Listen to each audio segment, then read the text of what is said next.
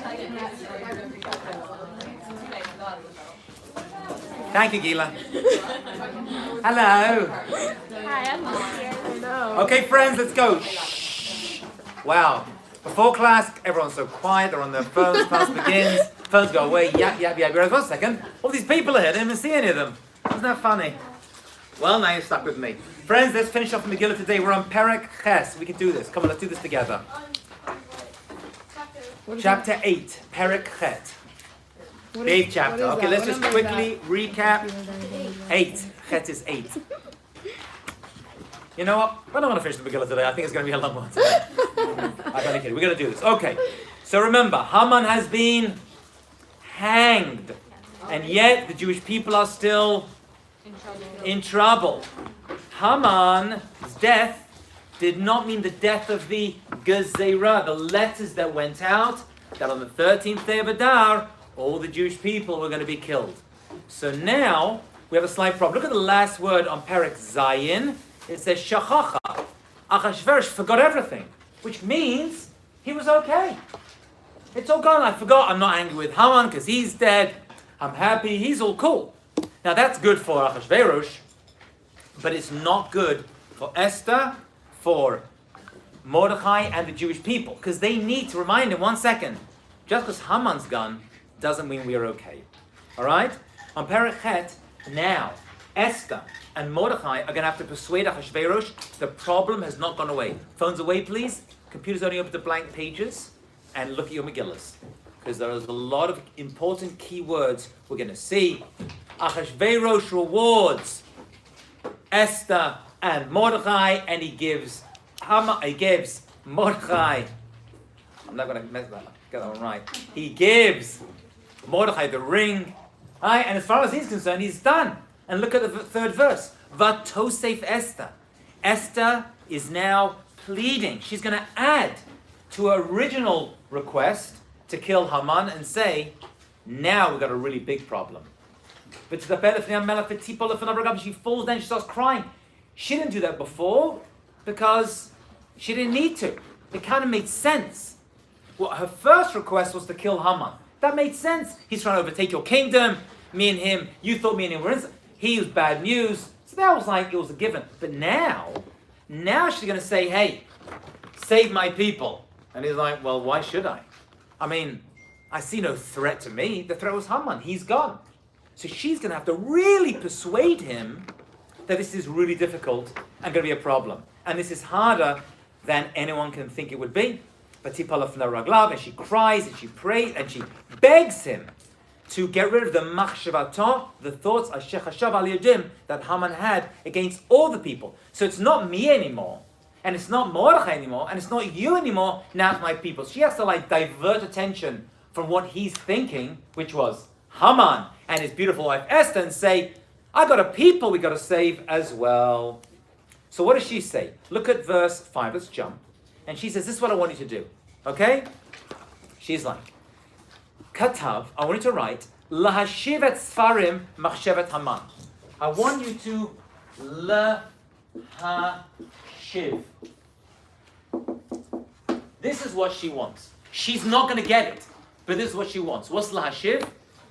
To return. Return what?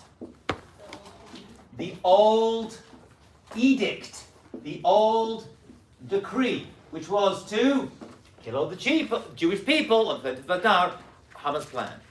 Okay, that's what she wants.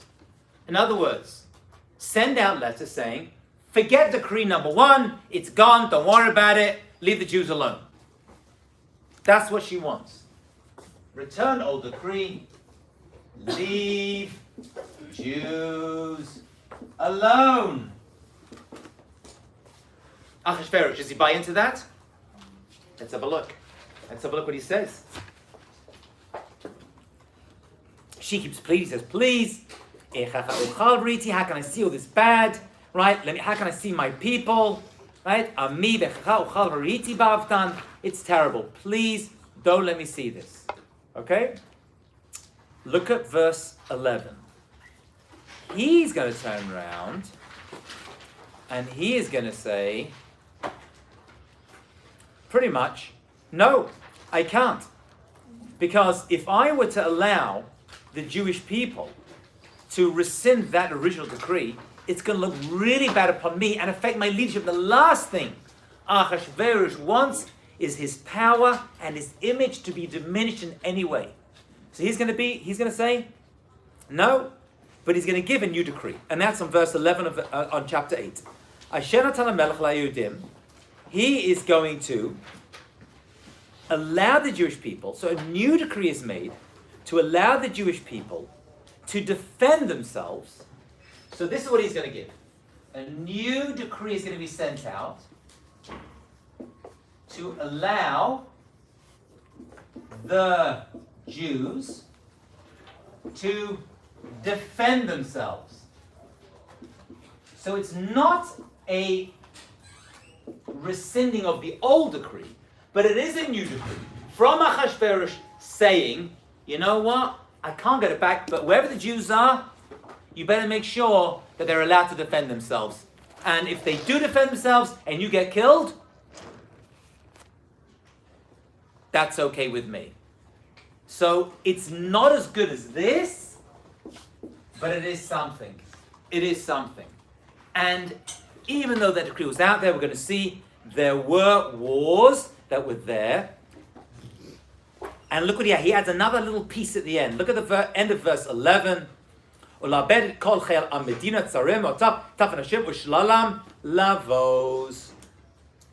going to allow them to also take spoils of war. So he's added an extra piece. He's like, by the way, if the Jews win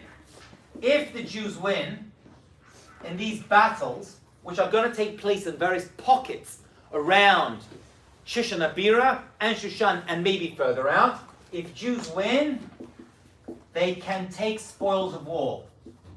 Okay? He's added that in there. Why did he add that in there?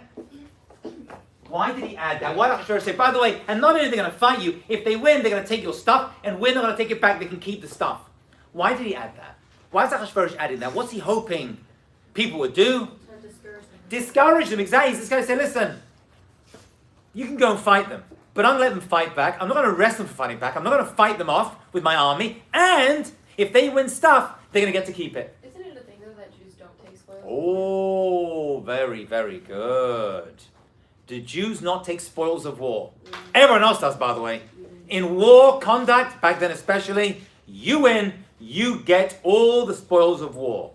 The Jewish people are allowed to take spoils of war, but not in one case. That is true. The first battle of the Jewish people, they didn't take, as if to say this is consecrated property. This is the first entry into Israel. But there's one nation that we fight, Amalek. You do not take the spoils of Amalek. Who made that mistake? Who made the mistake and took the spoils? Shaul HaMelech. King Saul did that. Oh, he's back in the picture. He's back in. King Saul fought Agag, and he took the spoils thinking, I'll bring it for a good reason. Right? We'll use it, we'll bring a sacrifice. But there's a decree. When you fight Amalek and Amalek alone, you are not allowed, it's halacha, you're not allowed to take spoils of war. And for that reason, we're going to see, they didn't take a single thing. When the fight eventually happens, and they win, it says specifically, Shalom Lolavos, they never took a single thing. That was to fix the mistake of Shaul, who fought Amalek back then. So this fight against various Amalekites who are alive at that point, who are attacking, we're not touching your stuff. You're absolutely right. But it was put in the decree as a deterrent against the people. And that's why it says in verse 12, look at this, exactly as you said. Beyom Echad, all the battle happened in one day, which means they didn't have time to even take the stuff. As to saying, we fought them and it was over in one day. We didn't have the time to take all the stuff, and therefore it wasn't going to be a problem. And so they made new decrees, and they got sent out as far as possible, saying that we are now going to allow the Jews to defend themselves. And look at this, just one small thing on verse 14. They sent out very fast camels. Right? This was the mail courier. Right? It was the email of its day. It was the Instagram, and they had to send out very fast. And look what it says. They've done it before. The first edict went out on fast camels, but it adds an extra word, mevahalim. They were confused. Who was confused? The couriers. They can understand a decree going out to kill Jews, but now you're sending a decree to defend the Jews? Wow. Muzar. How unusual is that? That's really weird. So even the couriers were sending this out saying, are you sure? One second. Are you telling me you want to send a decree that's going to allow the Jews to defend themselves? That's really weird, yeah. What are couriers? Couriers are messengers. Couriers are messengers who send stuff out, who transport information or articles from one place to another. And they send them out, and they send them out fast. And this is the best that Mordechai can do. It's not perfect, and there's going to be wars. It's going to happen, but it's not the best thing. Wait. Yes? Achashverosh doesn't hate the Jews anymore? Whether he hates the Jews or not, we don't know. So why is he But hating? even the greatest anti-Semites in the world sometimes can be pragmatic and Right. realize, you know what? I prefer this over that. I can see more benefit having them than not having them. Yeah, but that's saying a lot that they could take spoils also. Yeah. What? But it's saying that they could take spoils also. Yeah, really he being does, he does, he does. He's definitely leaning towards them. But you know what? Don't put your faith in heads of government. That's what it says in Pirkei Avot, right? In the Memshalah. At any point, they can turn on you. And this guy's fickle. And he's floating this way, and he floats the other way. However, they had an opportunity, and they did the right thing. They took it. They took it. This does not mean that Achashverosh loved the Jews. From the Megillah, you can't tell because They're trying to make it they try to seem as though he's okay, yeah. They- What was 1 day long, but they didn't take the spoils? The entire battle happens in one day. Actually, in Shushan, it's going to take a little bit longer, as we're going to see. Okay? So that's what happens. And the Jewish people, yes. Why would Achashverosh have to even specify if they can take the spoils if that's standard procedure? It's not standard procedure. He says it as if you missed it, as a deterrent. as No, a- I heard that, but Ah. isn't that standard that in any war, if you win, you can move Yeah, on? but it could be that it's Jews taking money, they can't take it. And he's like, by the way, I'm not just letting them defend themselves, they're even going to profit from you. So he's adding an extra layer of protection to the Jewish people, whilst not rescinding the first decree. Yeah. So maybe standard, but for Jews, sometimes there's special laws for Jews, right? Yeah. And then all 127 provinces are full of Amaleks, There are pockets of them around, yeah. There seems to be a concentration of them we're Only going to see Amaleks, in Shushan. attack Amalekites. Oh, we don't know if it's only them. It could be non-Amaleks as well, but primarily we believe it's going to be Amalekites, yeah. You is the people of Shushan, like it's the Jews against basically everybody else. No, it's everyone, all over, on all the provinces. The original decree went to everyone, and they're going to do the same thing. You as everyone. So like the people that they could take spoils of. Yeah.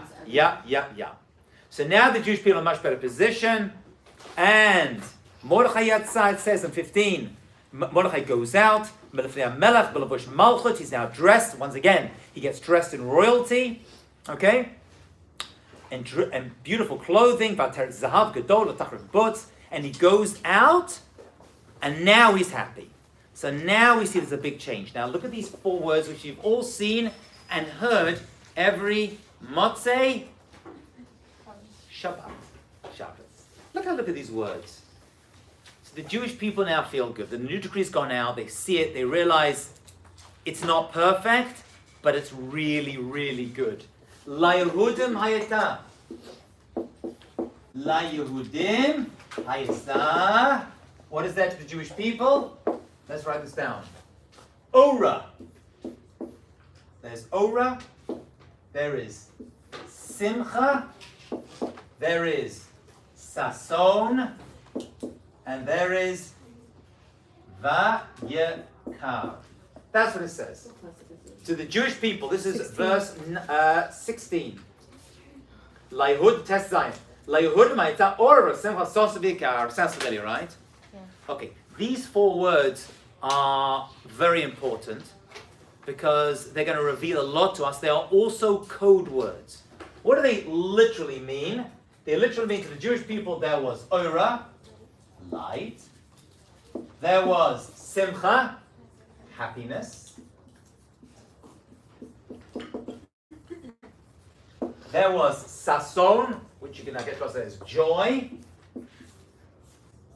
And there was Yakar, which is honor, great honor. Okay, so you read these words, they're like, the Jewish people were happy.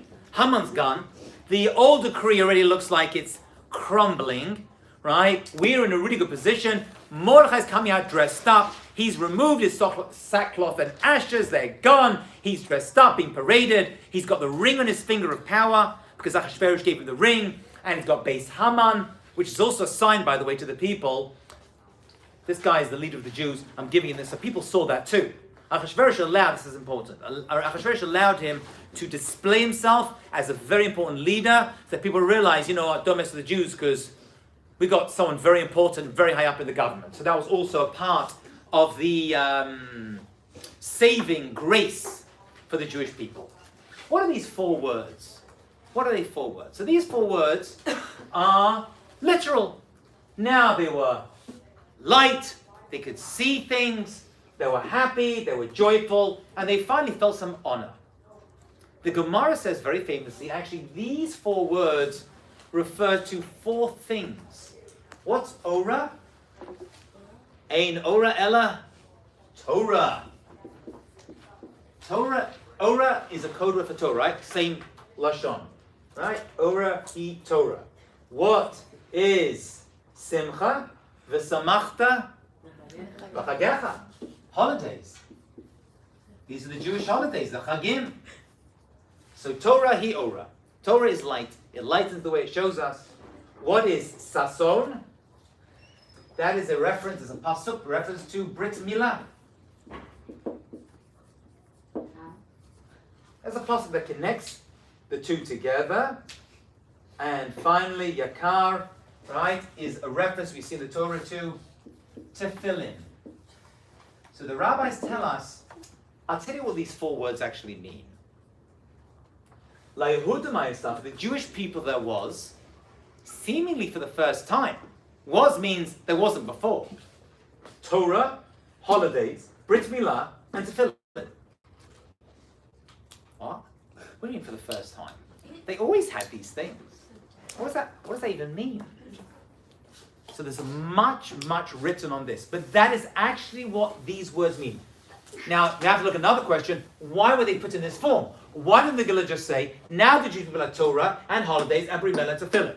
Well, why did they not have these things? So different. One opinion is that part of the decree of Haman is that people went into hiding in Persia and around the world because they knew there was anti-Semitism around. They knew the decree was there, so they wanted to hide their Judaism. So they went into hiding. They were in literal darkness. And they put their holidays, and either left the holidays or had to hide them. And they had to hide Brit Milah. And they had to hide their Tefillin. So these 4 central important mitzvot were now hidden. And Achashverosh didn't know or something? And they were put away. No, everyone was So doing why it. are they writing it differently? Oh, hold on to that. So we'll get to that in a second. First of all, let's see what they were and what happened. So they literally went into hiding, many Jews, and were scared to do mitzvah in public. So when it says there was light, it literally means they now went from absolute darkness of hiding their Judaism and hiding all their mitzvah, which has happened to many Jewish people over the years, and went out into the light. So it's not a metaphorical light, it's a literal light. Now the Judaism could be done in a public way. It was now a public Judaism they were able to do. Now they're able to act in a public way. That's one opinion. It's not metaphorical, it's literal. The question is, the Megillah tells us, Mordechai has tell us, that now the Jewish people had Ora Simcha Sos Vikal. Right? What are these things? They were happy. Just say they were happy. They're like, you know what? These are code words for these 4 things. Torah, Chagim, Brit Milah, Tefillin. Because each one of these words is mentioned in reference to these various mitzvot. But what do you mean there was? We always had this. We always had these mitzvot. So why are they suddenly mentioning these mitzvot? So one opinion is, we're going to look at a few opinions. One opinion is, they were actually in darkness and had to hide their Judaism. And they were now able to keep their Judaism in a public way. So now there was Torah, which is light, because they are doing it in the light. Now they can keep the holidays in a state of simcha. They could actually do Brit Milah and have joy from doing it, and put on tefillin, and they were done in an honored way, because tefillin should be a public thing. Okay? That's one opinion. They went from literal hiding to light. The other opinion is that it is a metaphor. This is metaphorical. That means that, this is very important, after this event of Purim, there was a change in the relationship the Jewish people had to these mitzvot. You see, before the Purim story, they used to do mitzvot. They had them beforehand for a long time. From Har Sinai to this point, 1,000 years or so. It's quite a longer, more than that. A little bit. But now, when they did Torah, they saw a light in it they never saw before. Judaism changed for the Jewish people. They always kept the holidays, but now they were doing it with a level of simcha they never had before. They always had Brit Milah, but now there was such a joy when they did it. After this miracle, after these events, the Jewish people were never, ever the same. And the tefillin became a symbol of honor. Meaning that this event of Purim isn't just another miraculous event in Jewish history, of which we had many. This was a life-changing reality for all the Jewish people. From that point and on, it was never the same. That means that we're going to see this actually referenced in the Megillah. What started at Har Sinai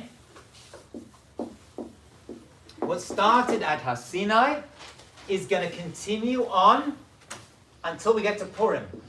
And Purim, we're going to see, actually is a bookend which closes something that started at Har Sinai. Up from Har Sinai to Purim, we were one way, and from Purim and on, we were a different people. We're not the same. The Purim events had cataclysmic. I'm going to give you a negative and a positive example. There's like the Jews before, this is negative. The Jews before the Holocaust and there's post-Holocaust. That one event defined us as a people. And everything we are before and after has different, right? Like it changes us. Or like 9/11. You talk about that day, everything changed in America. Sometimes an event can come along and change it. Let's look at a positive version, because this is a good version. You can say before State of Israel was founded and after State of Israel was founded. I mean, it was always there, and we always had the State of Israel. But after 1948, whether you like it or not, it changed everything. We now have a completely new relationship to the land of Israel and to Judaism, because everything else is impacted by it. Lavdil, this is a very, very similar concept. The Purim story isn't just something that happened in Jewish history that we're celebrating. We're saying it has changed us as a people. Where do we see this? Ora Simchas Vikar. Now we get it, says Mordechai and Esther. It wasn't just that the mitzvah were reintroduced. It changed us completely. And now we finally saw an incredible way. And by the way, it was so incredible. Can you close the door, please? It was so incredible. Look at the end of the verse. And here, Anya, did you ask me before the class when I'm getting dressed up this holiday of Purim? Yeah. I always get dressed up. We have a theme in my home, which is made by my kids, whatever they say I do. Where does this custom to get dressed up in costumes come from? Where does the costumes come from? Isn't it So 'cause, like, everything one was thing, hidden? what? Isn't it because like everything was hidden? Is there So, like, So one thing we've already seen, there's a lot of clothing in the Megillah. No, he said he's gonna say anything. There's a lot of clothing in the Megillah. Right? That's one answer. We see clothing, so we remember all the various clothing, right? There was Vashti, who didn't have too much clothing. There was Belshazzar, there was Achashverosh, there's Mordechai. Everyone's getting dressed up. So we remember the clothing. Now we said that clothing represents hiddenness. You hide under your clothing, right? What does clothing do? They hide us, they cover us, they give an impression of something. So there's a hidden aspect to it, and God hides himself, as it were, in the Purim story. So we're kind of testifying to that. We're testifying to that as well. There's a hiddenness of God. That's why God's name is not mentioned in the Megillah. The only book in Scripture God is not mentioned. So God is hiding himself. So we put on clothes as well. I want to give you two more amazing, which you never knew before. And I reveal them to you today. Let's do number 3. And then we'll do number 4. And number 4 is the root of all hiding. And by the way, you all know this, but you never connected it to this story, but it's going to make a lot of sense to you. Let's look at number 3, however. And number 3 is actually written here in the Megillah itself. And it says, V'simcha v'sason leYehudim mishte v'yomta v'rabim, last verse in chapter 8. V'rabim mi'amei ha'aretz. And a lot of, who are the Amei Haaretz? Right, referring to the non-Jewish people. The Amei Haaretz, the people of the land, the non-Jews. Mityahadim. What is mityahadim? The what? They changed to become Jews. Mityahadim. They changed, but that means they converted. There were many people who converted at this time. You'll notice in Jewish history, when the Jews are doing well, we get a lot of converts. All of a sudden they want to come and, hello, can we come in please? Right? Like America, 2020. Like, oh, you know what? It's going to help my Hollywood career. I'll get a job in finance. Yeah, I became Jewish with my wife. Yeah, she made, and my husband. Yeah, and I became Jewish. And compare that to 1943 in Poland and Germany. I haven't seen conversion rates, I'm going to assume, not so high. Not really the apex, but someone converted then, right, you know they're sincere, right, because conversion rates were very low. Very, very low. Here, there was a big conversion rate. But why did they convert? Ki nafal pachad Yudim aleim, because they were scared of the Jewish people. It was an insincere conversion. They were just pretending. They were just getting dressed up and changing their looks. It was purely external. It wasn't real.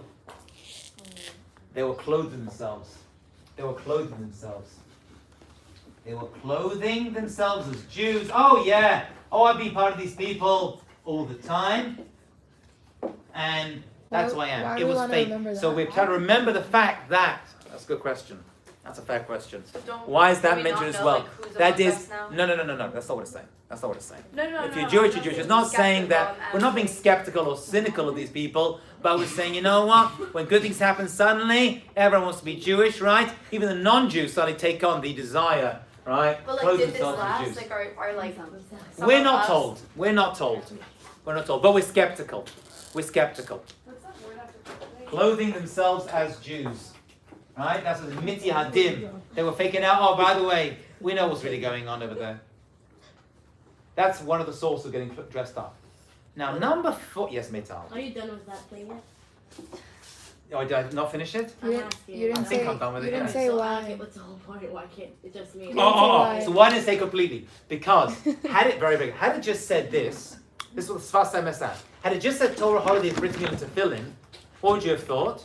They started doing mitzvot again. Okay, so why can't it just mean? So it can't be, because it wasn't just this. Because they always had this.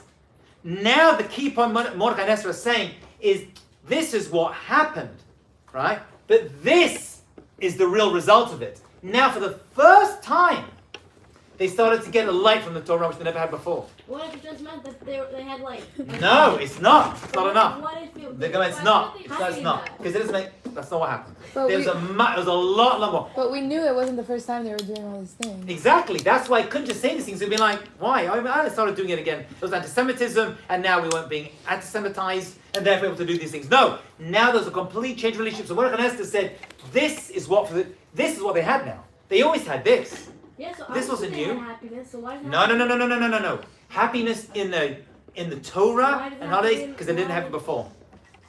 This was the first time they really had it. They never had it before. Mash Chadash. They had this, they never had this. So why can't they just mean that? Why does it have to go? Because now they could do this and have this. Now they can do the mitzvot and the happiness and joy which they never had before. But it's a wild thing.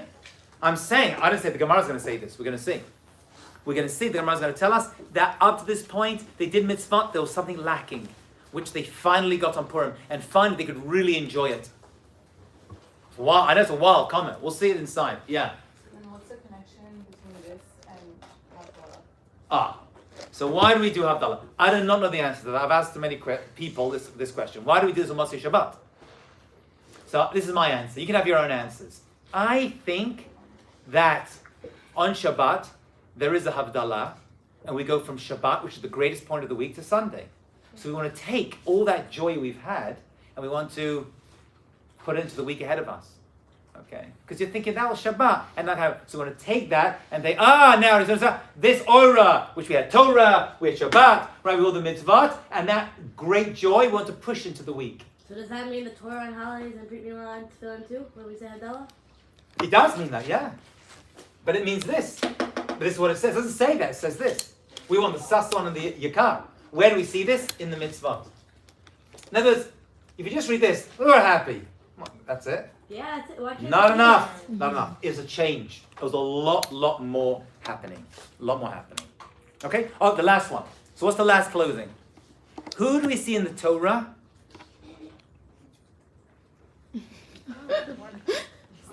In the Torah, getting dressed up. Not Moshe. Not Adam and Chava. As somebody else. Oh, wait a minute. Wait a minute. We see that Yaakov pretends. We're getting to the roots of it. We're in the Torah. We're in the Torah now. Abraham. Gets dressed up as who? When he goes to Egypt, He gets dressed up? pretends to be someone else. No, he doesn't. He pretends to be himself. He hides his wife. He doesn't pretend to be anybody else. No, but he pretends to be his wife's brother. No.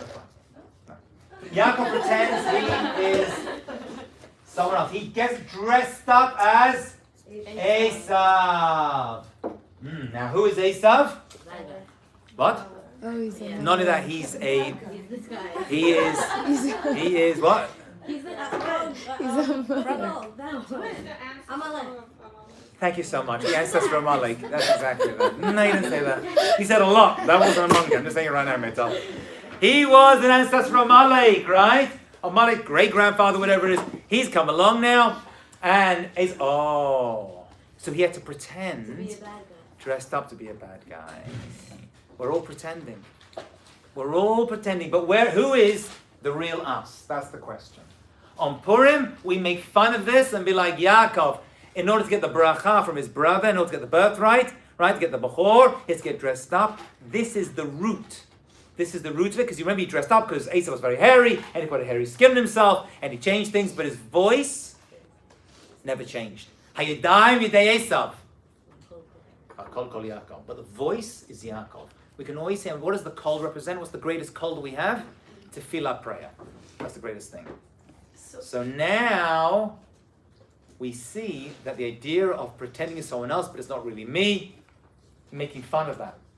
We don't want to be like the other people. The rest of the year I get dressed up, I pretend I'm somebody else, and I'll be that person in order to get this job, and I'll be in that career, and I'll be that, and I'll be that with my friends, but you know what? It's not real. The real me is the Yaakov inside, not the Esav. You just get dressed up in order to do something, but who is the real you is the question, yeah. But it did Yaakov good. So I don't understand. It worked. It did him naked. He got the Bechorah. So how Same is thing, it we're making... different from doing the Because same? many times we have to get dressed up as if to say, you know what? That's not really us. This is the real me. We're making fun of the fact that the rest of the year we pretend we're somebody else, but now really me. Erica? Not back to Avram again. He didn't get dressed up, I promise you. Okay, good. Amalek is. Bad. How do I word this? Are Muslims Amalek now? No, they're not. Okay, fine. Let's go to the next page. They're not. We do not know where Amalek are today. We're going to see who Amalek are. What happened? They are still out there today because one of the jobs of Mashiach we're going to see is to get rid of him. But that is not. But it's not. You cannot. Nobody can identify who Amalek is today until Mashiach comes, and he's going to make it very clear and get rid of them. There is one trait, though, Erica. There is one trait which you see among nations, which is an Amalekite trait. We'll come to that when we discuss Amalek in more detail, which we're going to do after the Megillah. Yeah. So you said the rest of the year were hidden and like dressed up. We get dressed up. I'm going to dress up. I'm someone else. And on Purim, we laugh at that. On Purim, we're like, I just do that. Like Yaakov had to do it in order to get what he needed to get. Right? It was a short-term proposal. But really, I'm Yaakov. The collar's always there. The collar's always there. Yeah? But why would we dress up to do that? Isn't that? Don't we all get dressed up? Do we all pretend we're someone else in order to get what we want during life? And sometimes kind of hide things? Yeah, but we're saying Nah. take off the costume and clothing. So on Purim, we're putting on to laugh at it. Is this a costume? You're not getting it, are you? Okay, fine. You know what? Just get dressed up, get drunk, and I think it's going to be okay. Right, here we go. Perek 9. We're going to finish this off. Perek 9. Okay. So it says very beautifully, on the 13th day of... Now, 1 second. We still got a war. People are still coming to attack us, right? I thought they finished that. No. Not yet. Mordechai had to display, look how important I am. The Jews are celebrating. Don't mess with them. They're up. They're high. Don't attack them. Okay? This was all demonstration to minimize the attack. And it did minimize, but there was still attacks that are going to happen. And it says, on the 30th day of Adar, right, it went out, and the enemies of the Jewish people expected to get the upper hand. V'nahafoch. Very important word. V'nahafoch. It all turned around. The other nations thought, now we're going to kill the Jews, we're going to take their money. V'nahafochu, that's the key word. It all turns around. Everything goes the other way. Something just came into my head. I don't know why it came in your schut, and it popped in. What is the astrological sign of Adar? Fish. How many fish? 2 fish. How are they positioned? Facing away from each other. Facing away from each other, going in opposite directions. He's going this way, he's swimming along this way, and then v'nahafachu, it goes that way. It goes the other way, v'nahafachu. 2 different fish. It looks like they're going to get the upper hand, v'nahafachu. It all turns around. How? Kerefayim. Yeshua Hashem, Kerefayim. Hashem's saving comes in the blink of an eye, and it all turns around. So even the astrological month is a time of turnaround toward the good.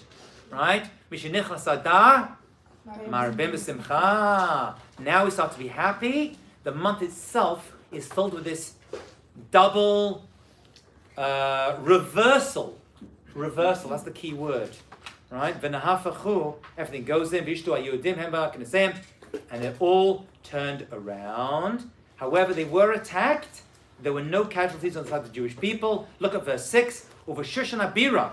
So in the capital city of Shushan, Hargo Yudim Va'abed Chamesh Meot Ish. In Shushan Habira, which was the power base, they came to attack, and 500 men. Ish. Now, Ish is a code word. A code word for what? Nope.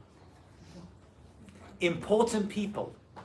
Important people. Ish is a code word for important people were killed at the time, even the Jewish people. That's the Lashon Ish. They're a man. They were prominent people. So in Shushan Abira, it wasn't just like ruffians and scum who were out doing it. They were like important people who came out trying to kill the Jewish people, and 500 of them were killed on that day, including the 10 sons of Haman. Now in your Megillas, it does not depict it correctly, the ones I gave you, unless you have your own. But in the Megillah itself, we see a very unusual drawing, if you will, or a setup of the words. And we see named the 10 sons of Haman were hanged on that day as well. And they're all mentioned in verse 9. But if you look at how they are written up, you will see that they are depicted like this, in 2 columns, like this. Here are the names, and here is the Ve'et. Now that's unusual, because usually when we see a break in the text, it usually comes like in Az Yashir, in a brick formation. And we see here a long column with a space and another long column. So what is this about? In Megillah, the names of the 10 sons is written over here, like in a column. Then there's a blank space, and then it says Ve'et, Ve'et, Ve'et, Ve'et, Ve'et. So what are these columns? This is not the usual. Usually we build like this, right? Like Az Yashir, as opposed to like this. Now Az Yashir, the song we sang after walking through the Red Sea, that's a good thing. That's a stable structure.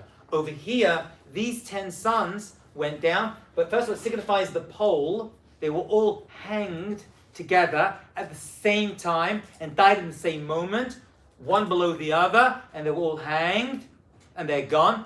And it's metaphorical that it was high and it went down. This family of Amalek is going to fall. This stands.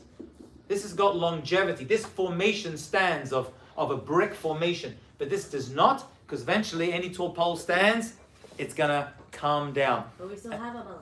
We still have them. But they are broke. This broke them, and they will finally be broken in the future. And their house will not stand. It's a sign for the future.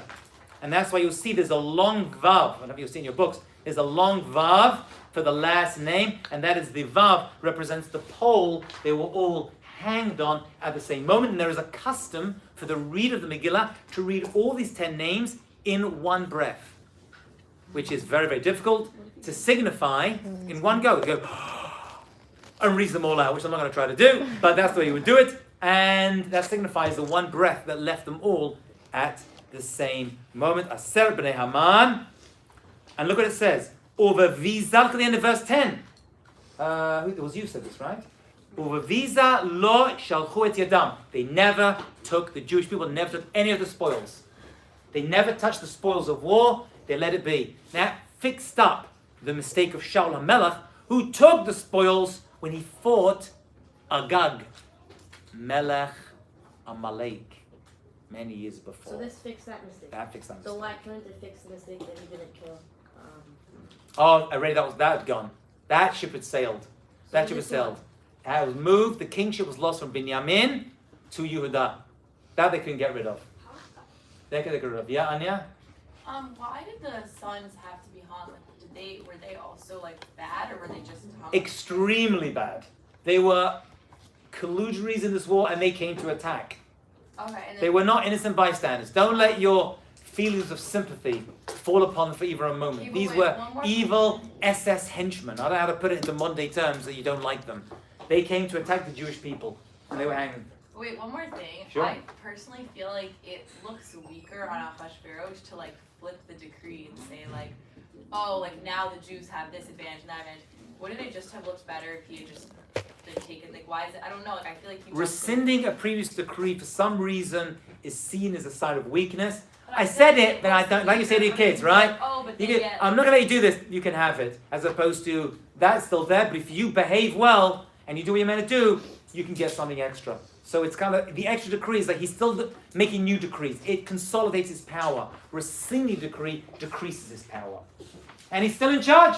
He's like, now, I want the Jews to live. It's a sign of power. He comes out, look, Ahasuerus comes out of this looking very, very good. Which is why we said this is not a story of redemption, because he's still there. It's a story of survival, and that's what we are. That is what we are. Wait, who did take spoils from the war that they redeemed? That was Shaul HaMelech when he fought them. Now we have a slight thing. Now watch very carefully. So we have two areas we're going to focus on now, geographical areas. And each one of them, okay, is going to have a slightly different angle. We have two walls. In Shushan and outside Shushan. Wars. Two walls. In Shushan and outside Shushan. The one inside Shushan and the one outside Shushan happen on different days. In Shushan, for whatever reason, they came on the 14th to fight. They came on the 14th to fight. They lost, and therefore they celebrate on the 15th. Is the celebration.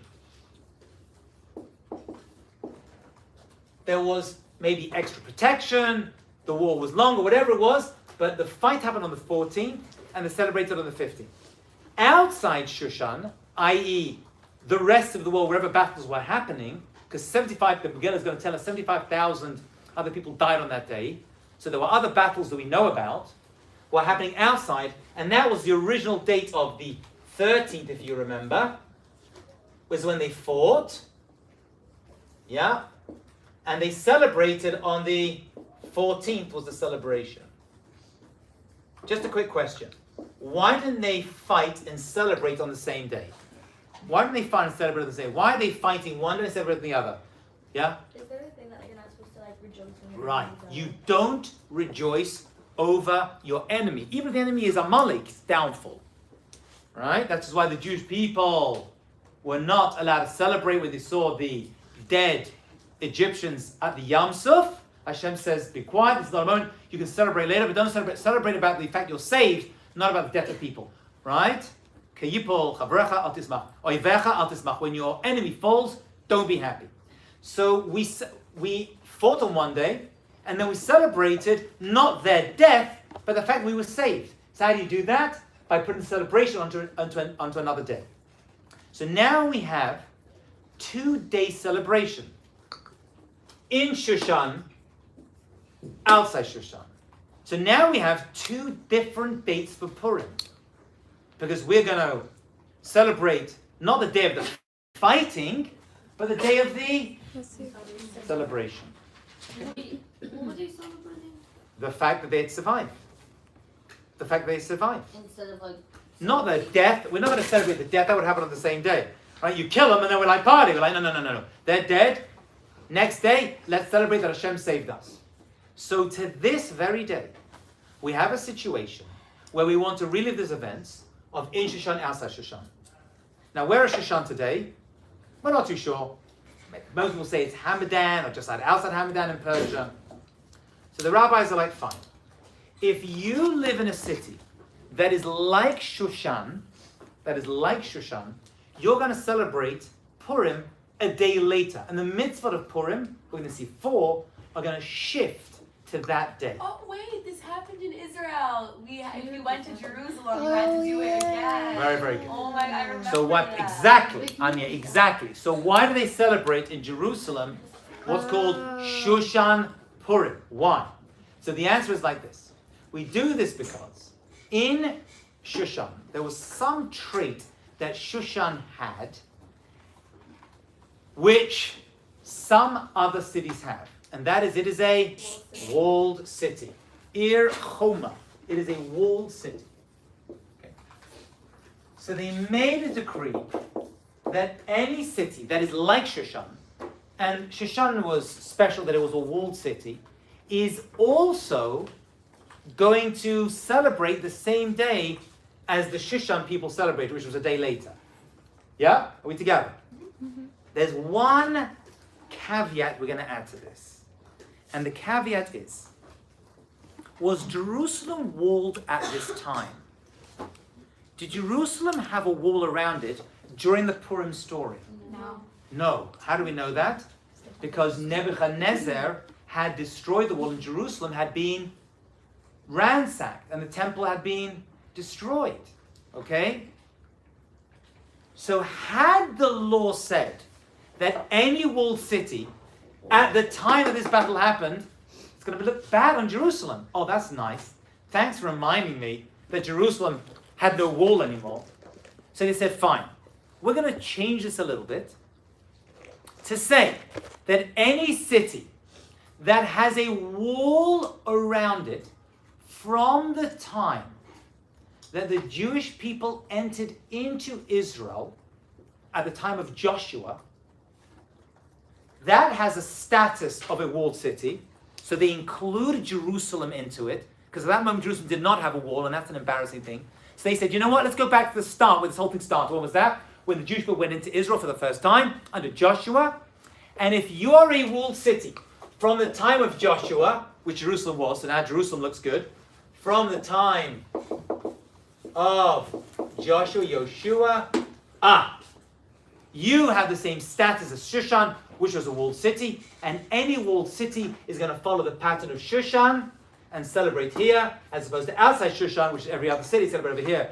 Jerusalem is one of those cities, and still is one of the cities. But it wasn't a walled city. It was at one point when the Jewish people went into Israel, and any city that is a walled city at that point is allowed and should celebrate a day later. Why is that important? Why would they want that? It's a Shushan type city. And to remember the miracle of Shushan, because we know where Shushan is today. Important for other areas. Which one? Who have walled city or non-walled Yeah, cities? to have one city. It was just a way to get Jerusalem included. Does anyone else? Are there any other world cities? So that's a question. Are there in the cities today? Nowadays, I don't believe they do. Akko, they say there's different cities that may have been, but yeah. If one would technically somehow be in Yericho during Purim, would they have to celebrate on the 15th also? Possibly, I guess. Yeah. Yeah. But didn't Jerusalem expand a lot, like, since then? Like, it wasn't, like, what's Jerusalem today wasn't all day back then. But people still celebrate it the day before. That's a good question. I think we give once a status, and this is true for all cities and actually Israel in general. Once you give the status of a city to a city, it becomes that thing. Okay? Like the south of Israel, a lot of south of Israel, down to Elat, for example, takes on the status. When you conquer an area, it takes on the status of that thing. Okay?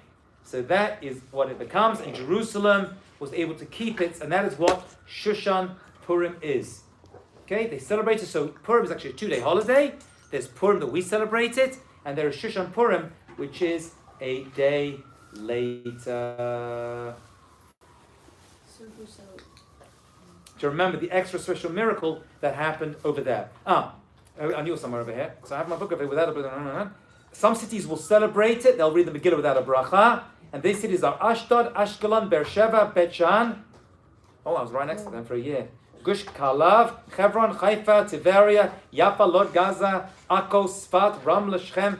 So there's different customs of people that can read maybe the Megillah on that day without a bracha in order to remember the miracle that happened as a walled city. Truth is, we're not too sure about it. Okay? And look at verse 21. We're jumping because we're going to finish today. So, Vayichtov. Oh, sorry, I have to go back. I'm sorry. Sorry, very important. Verse 19 tells us the mitzvah of Purim that Mordechai and Esther established. These are rabbinic holidays and rabbinic mitzvot. Al Kain. Hayudim Prazim Yoshua Bare Prazot Osim et Yom Arbasa L'Chodesh Adar. They make the 14th Simcha Mishdev Yom Tov. Mishloach Manot. They're going to send food portions to each other. On this holiday, they're going to send food. They did on that day, and food portions. By the way, one of the reasons they did that is they couldn't take all of these spoils of war. So like, you know what? Let's share our stuff with each other. Because you're not upset about that. And it's upsetting. Everyone wins wars, they take stuff. You don't. We'll give food to each other to at least keep you happy. Ishlerehu, one person to another. The Yichtov Mordechai at Devarim, and he wrote these down in a Sfarim. And this story was sent, the Megillah was sent out far and wide. Lekayem aleim liot osim et yom arbasa. Vet yom chamishasa, the 14th and the 15th. B'chol shana v'shana. The end of verse 21. This wasn't just a one-off event. This reading of the Megillah wasn't just for that year. This sending out Mishloach Manot, right? Giving Matol Yavionim, reading the Megillah is B'chol Shana V'Shana. Mordechai and Esther established this as an annual holiday, and that's mentioned in the Megillah itself. And it was Mekabel, that's verse 21. Verse 22, Kaimim Asher Nachu Behem Yehudim Oivem HaChodesh, the month, Nefach Lahem. Everything was turned around. Miyagon Simcha, from upset to joy, from mourning to Yom Tov. Yemei Mishta v'Simcha, they make themselves a Mishta. Umishloch Manot, Ishlereihu, Umatanat Liavionim. They establish reading and reading the Megillah and giving gifts to each other. I will give you the halachot of that, and giving money to poor people in order to make people happy. That's what we're doing here. To bring joy. Right? Poor people were saved, rich people were saved, everyone's got to receive it. So rich people get gifts from each other, everyone else who's got money gets money from each other, and poor people get money in order to actually make a feast. That's actually what the money is for. Mali Avionim really is to make them happy, and allow them to have money to make the Su'udah, which they also have to do. So we see the 4 mitzvot of Purim are encoded in the Megillah itself. And jump.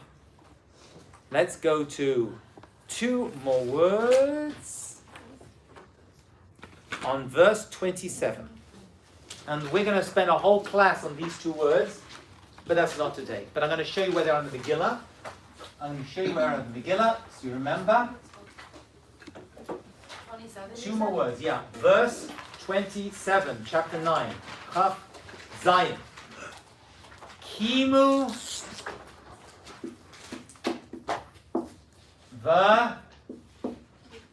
v'kiblu.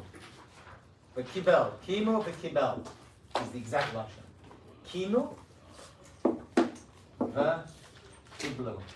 Kibel. What is this? Kimu v'kibel yodim aleihem. The Jewish people accepted upon themselves all these 4 mitzvot. These 4 mitzvot we're going to go into in more detail, but they accepted them and they did them. That's one interpretation. There is another interpretation that we're going to spend an entire class, near an entire class, discussing. Where do we see, it's another code word, Kabbalah, being Makabal something? Kabbalah sa Torah. So, the Jewish people finally accepted that which they were makabel, which they accepted in the past, i.e. the Torah. It means accepted. Wait, what does the Kimu is they. accepted? Well, Kimu is they. What's the better expression? The Kimu they. How do we translate over here? Right? The confirmed. They put it down over here. I'm a Kayem. I'm confirming an original acceptance. And the rabbis are going to learn from this a very important concept. And this is the art we spoke about before. They were finally, after all these years, able to finally accept the Torah that they had received before at Har Sinai. This Purim story is a second, and some say even more elevated, acceptance of the Torah that they had already received before at Har Sinai. They finally accepted the Torah. Kimu, they confirmed, Mashe Kiblu, that's what they had already received. These are code words for now they accept the Torah. What? They accepted the Torah years ago. Why do they need a second acceptance of the Torah? Why do they need a second acceptance? So we're going to see that the acceptance over here on Har Sinai came in a certain fashion, which was there's a kind of forcing. There was a kind of I'm going to make it very simple. They were forced into it to some degree. There was a certain coercion, the Gemara is going to say, that was put onto them. The mountain we're going to see was held over their heads, right? They were tachat har. They were put under. God, as it were, dangled the mountain over them and said, "You've got to accept this." This acceptance was accepted. It was an absolute acceptance, but it was scary. Thunder, lightning. It was scary. Yeah, there was yira. There was fear that was attached to it. And that's the way it was for a long period of time. Until Purim. And when Purim came, they finally accepted the Torah. When Purim came, they finally accepted the Torah out of love. Ahava. It's weird to even say this, but the Gemara says it and goes into great detail about it, and the commentators will talk about it, that the change was in the relation to Judaism in general, and into Torah in its totality. Up to that point, they were always scared. There was always like a gun to their head that they felt at Har Sinai, which God had to do because it couldn't be totally voluntary. God had to put a certain coercive element to the acceptance of the Torah, otherwise it would never have stayed. Right? There had to be a certain fear that came with it, a certain yira, but what's better than yira? Ahava, love. And until this point, finally, they started to love their Judaism and the Torah in a way they never did before. And by the way, between these two periods of Har Sinai and Purim, there were a lot of great events that happened. Actually, the apex of Jewish history, which is the time of King Solomon, right? That was in that period. That was amazing. The time of King Solomon was so great, they didn't even accept converts because they were suspicious of the reason why they wanted to convert, because the Jews were doing so well. And yet, that was still part of that original Har Sinai acceptance. Mikal. Whenever they received the Torah at Har Sinai, right after Hashem split the sea for them, it was like an open miracle for Yes. them, and they saw like Yep. for them, and like, so then why was it out of Oh, very, very good. Oh, I think you're answering it. Now that's an answer. You see, Har Sinai was public, it's all revelationary, it's given to on a platter. Here's God, there it is, accept it, fantastic. Purim, they had to work at it. They had to see God inside the mechanism of the events, which brings out, they had to work, when you work at it, you love the results more. If I give you the answers to the midterm, you're like, oh, that's great. All right, oh, thank you very, very much. But if I say, if you study for it, you're like, oh, that's horrible. I have to work at it, I'm in darkness, but now I do well, I get more out of it. Then you're going to love me more. Not me, I don't need the love. But you'll love the Torah more at least. Right? That's going to be part of it. We're going to come to this again, but that's basically the concept that comes with it. Okay? So they sent out these letters to all the people that this had to become a holiday forever on. And the 10th chapter is extremely short and pretty much says that Achashverosh now was in a position of greater power, and one of the signs that people are doing well in power is they can tax. That means they feel safe. I can take the people's money. He raised taxes on the people. He strengthened, his kingdom was strengthened from this event.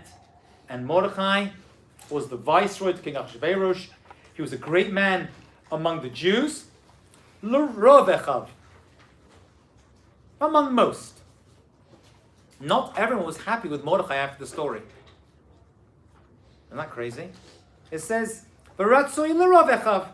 There were some people who weren't so happy with him, with Mordechai. Why? He should be like, this is the best thing. He's just saved the Jews.